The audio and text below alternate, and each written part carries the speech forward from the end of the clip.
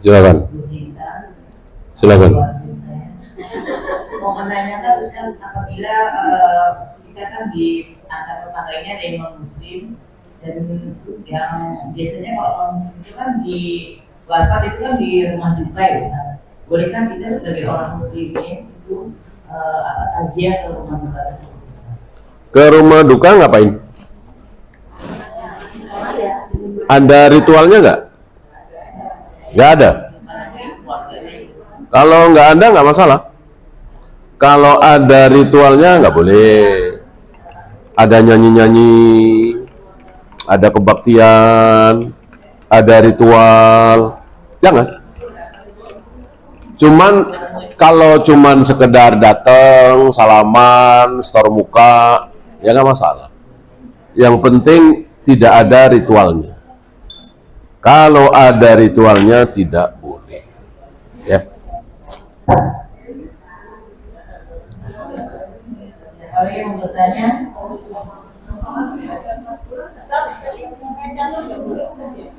jangan. Ya bukan olahraga kan raga mungkin. Ya otak kan yang lebih banyak lah untuk mikir.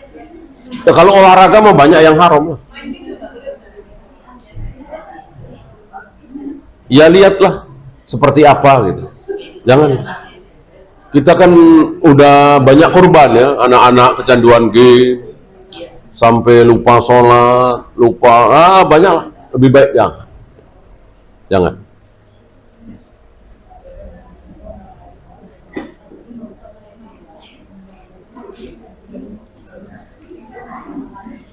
Ada lagi?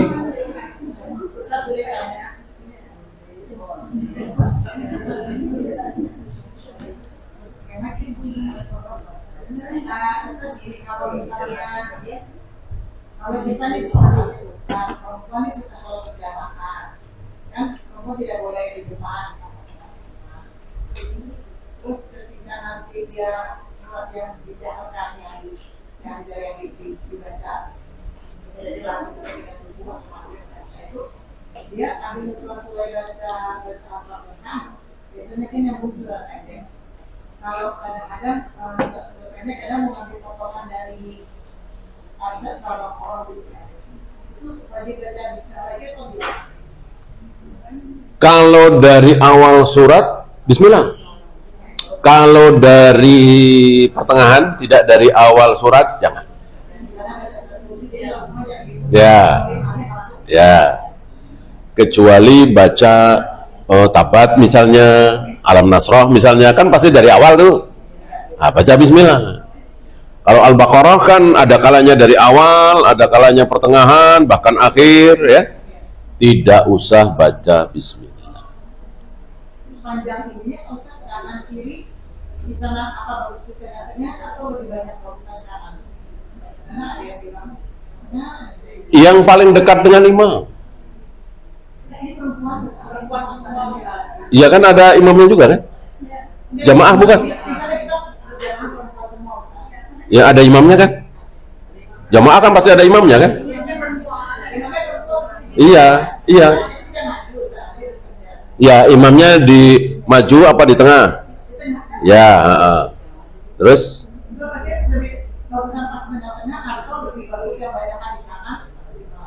Tadi yang paling dekat dengan imam.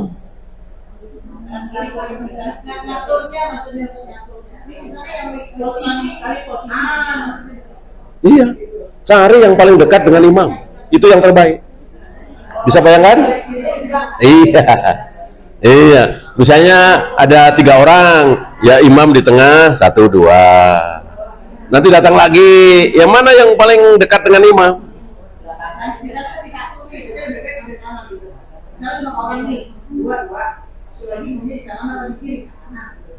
Oh ya kalau itu kan sama aja. Ke kanan ya segitu, ke kiri segitu. Kecuali ada yang badannya tebel banget gitu ya, agak jauh. Intinya carilah posisi saf pertama. Nah, saf pertama itu yang terdekat, yang terbaik, yang mana? Yang dekat dengan imam. Itu kalau misalnya di masjid Ustaz, kan imamnya di depan sama. Kadang-kadang kan tempatnya perempuan itu di nyengser gitu, satu makanan kecil gitu kan. Berarti yang paling baik itu adalah di dekat yang belakangnya yang arah imam itu. Nah, iya, itu salah ya. Sebetulnya nggak boleh seperti itu. Itu bukan yang baik.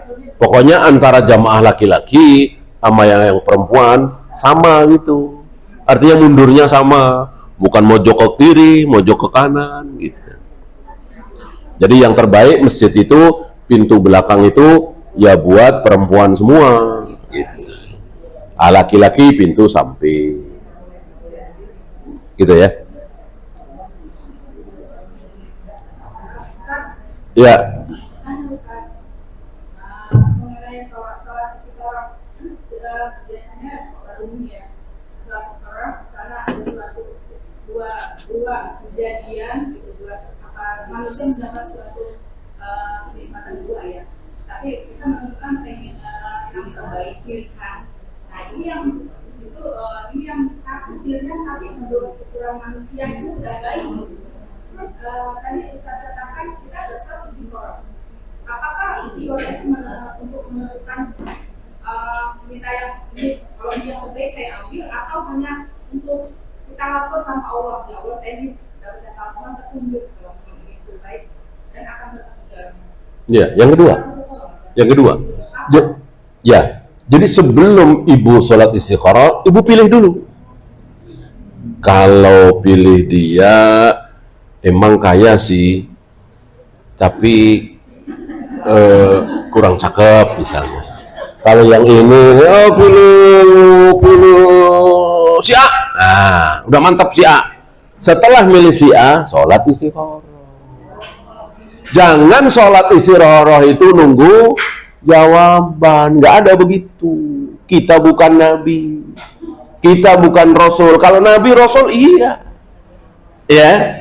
Jadi kita pilih dulu. Imam Bukhari itu yakin betul bahwa hadis ini sahih, yakin betul dengan ilmu yang ada pada diri beliau. Mau beliau masukkan ke kitab sahih beliau. Sebelum dimasukkan, beliau sholat dulu 2 rakaat, sholat istiqoroh. Padahal yakin betul. Kenapa? Untuk mengakui tadi bahwa yang maha tahu cuma Allah. Kita cuma sebatas yang kita tahu. Ya. Ada lagi?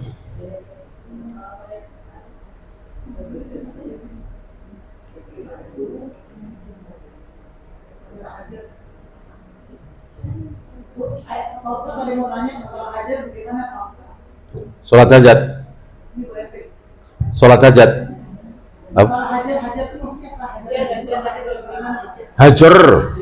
Hajar itu bahasa kita mungkin boikot ya, mendiamkan. Ya. Jadi ketika kita punya anak kok sudah gede, sering meninggalkan sholat, atau nggak pernah sholat, atau belum mau pakai jilbab, padahal sudah SMA, atau masih minum khamr misalnya. Nasihat sudah, kerasin sudah, dibentak sudah, masih minum khamr, masih nggak mau pakai jilbab. Jalan terakhir, hajar. Jangan diajak ngomong, jangan disapa, jangan kasih salam, jangan kasih uang, bikin hidupnya sempit. Agar terpaksa dia pakai jilbab. Terpaksa nggak apa-apa. Ya. Awal kebaikan itu diawali dengan terpaksa, nggak masalah. Ya. Itu namanya hajar. Kaidah hajar.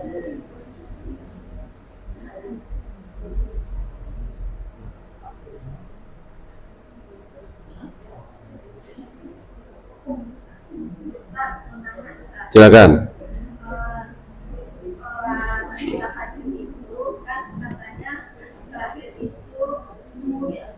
Hah? Sebelum subuh ya. Tapi misalnya belum azan subuh itu masih boleh ada udah, tapi udah di masjid itu udah ada yang kayak apa ya? Itu masih boleh atau tidak? Boleh, batasannya adalah adzan.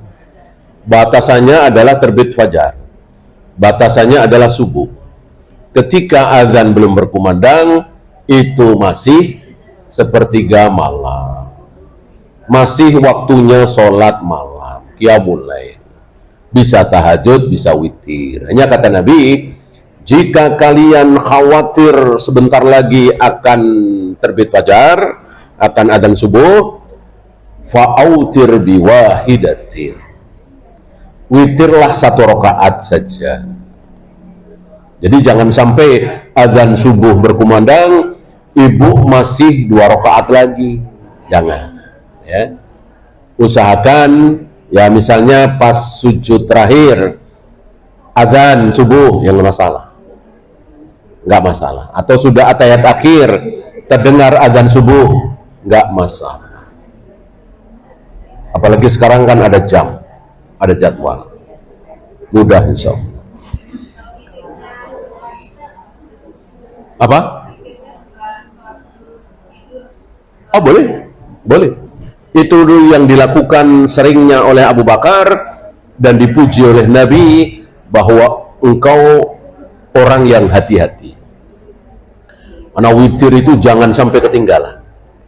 Maka jika ibu lelah, penat, habis bepergian, jam 12 baru sampai rumah, kecil kemungkinan bisa bangun malam, sebelum tidur witir dulu. Boleh 1 rakaat, boleh 3 rakaat. Karena usahakan witir itu jangan ditinggalkan, walaupun sekali lagi yang wajib cuman 5 waktu. Jelas nggak wajib, tapi sangat-sangat ditekankan sholat witir. Silakan. Saya ada amanahkan ke orang jual tanah, Pak Ustaz. Tanah. Tapi uangnya itu tuh nggak dikasih saya, tapi rumah mereka itu. Berkhianat berarti dia ya. Iya. Kalau saya ikhlas itu apa yang dilakukannya, dia masih suka di akhirat. Iya, kalau ridhonya tidak disampaikan, enggak. Iya, harus disampaikan kepada dia, nggak apa-apa. Itu uang 5 miliar kamu makan nggak apa-apa. Saya ikhlas, gitu. Ya. Cuman kalau ibu diem saja, ya berarti kan dia berbuat dosa. Ya, masa berbuat dosa kok nggak dibalas?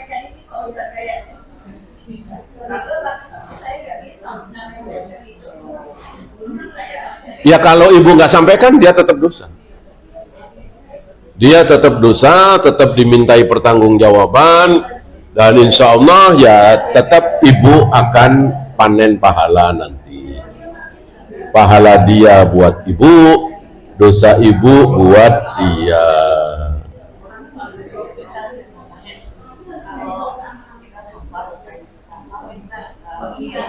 Mengerjakan misalkan asam saya tarik ke dulu, apa takdim kosong. Kan niatnya di depan. Ya. Tapi udah safar ya, udah di luar kota ya. Nah, ketika kita angkat kepala, kita kan yang sholat subuh dulu ya. Kosong. Yang setelah kalau kita kan assalamualaikum kita kan mau melanjutkan lagi yang asar. Kok saya disuruh komat lagi? Iya komat. Komat. Karena emang itu 2 sholat. Setiap kali mau sholat wajib harus komat. Mau sendiri mau jamaah. Mau sendiri mau jamaah. Yang asal yang tarik ke subuh dan takdim kosong itu kita mau melakukan kita itu dari komat lagi. Ya, jadi komatnya 2 kali. Iya, 2 kali.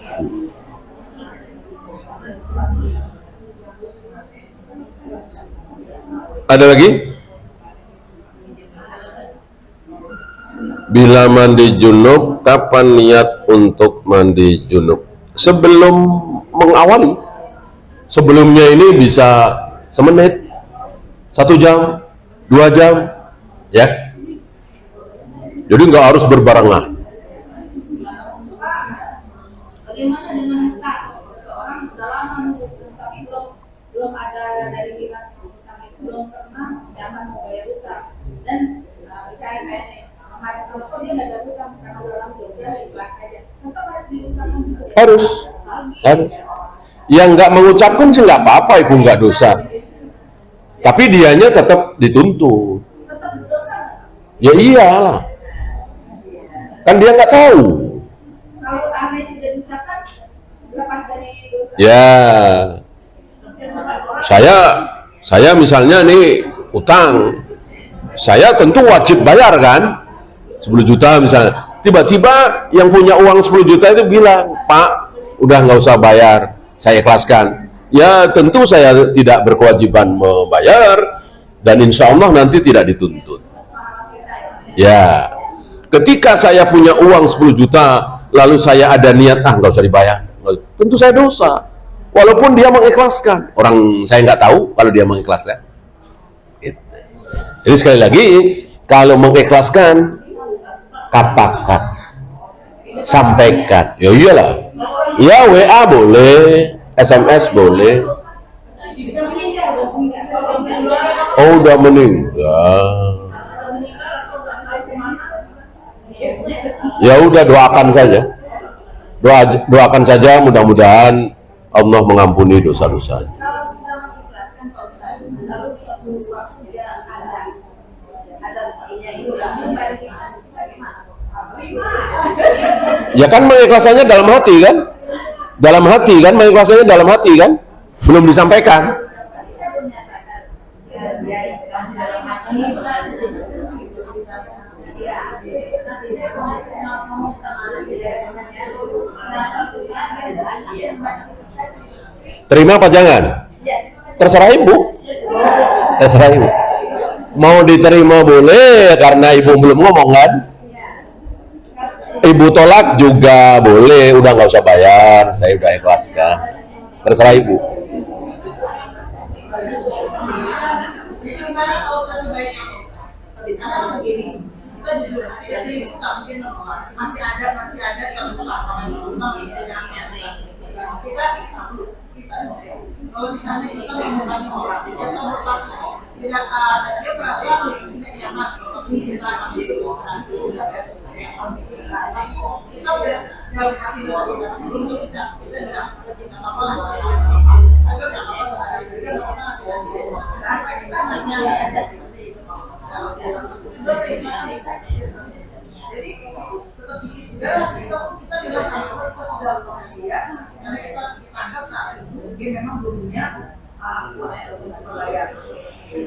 Ya, tapi kita sudah ikhlaskan saat itu sudah dari hati kita sudah ikhlaskan. Itu bagaimana suatu saat dia tadi punya uang keluarga terus tapi dia nggak mau balik, dia bilang saya punya dana pribadi sudah apa saya udah ada benar dari ikhlasnya kita konfirmasi itu gimana? Ya tadi terserah ibu, karena ibu belum menyatakan maka ibu punya pilihan apakah mau diterima atau ditolak, kecuali ibu sudah menyatakan ya kan saya udah bilang saya ikhlaskan gitu. Kalau dia ngotot ya boleh ibu terima, kasih ke fakir miskin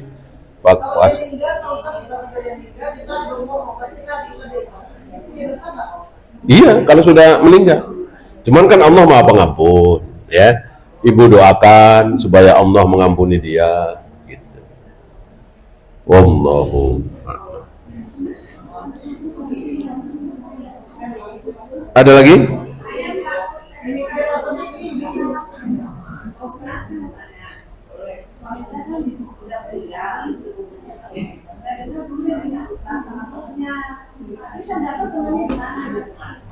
Sampai saat ini saya membayar itu.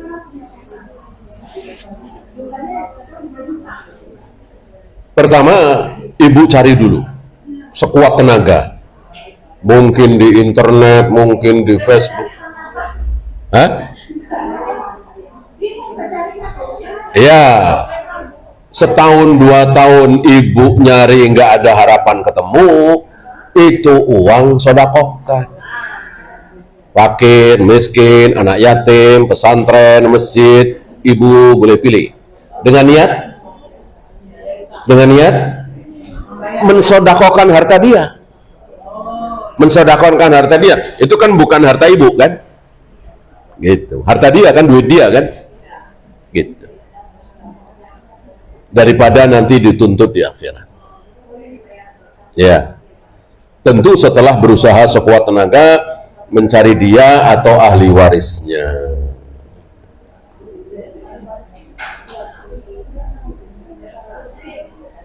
Ada lagi?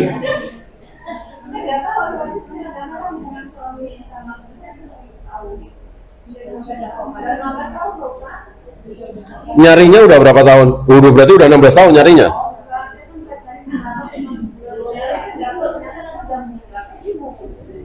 Ya coba sebulan lagi nyari, kalau udah nggak ada, ya udah. Ya itu tadi yang kedua, sodakokan ke tempat yang kira-kira memerlukan, nanti dengan niat mensodakokan harta dia.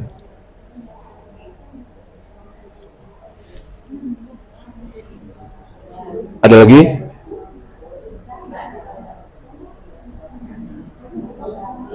Bolehkah melamar akhwat tapi tidak secara langsung, tapi lewat WA? Boleh. Ini masalah teknis ya.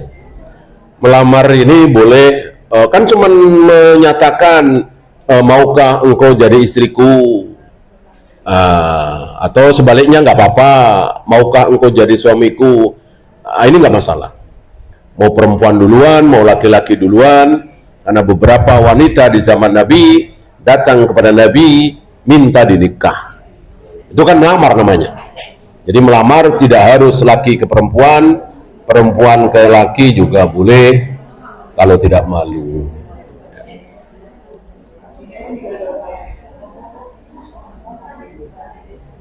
Ada lagi?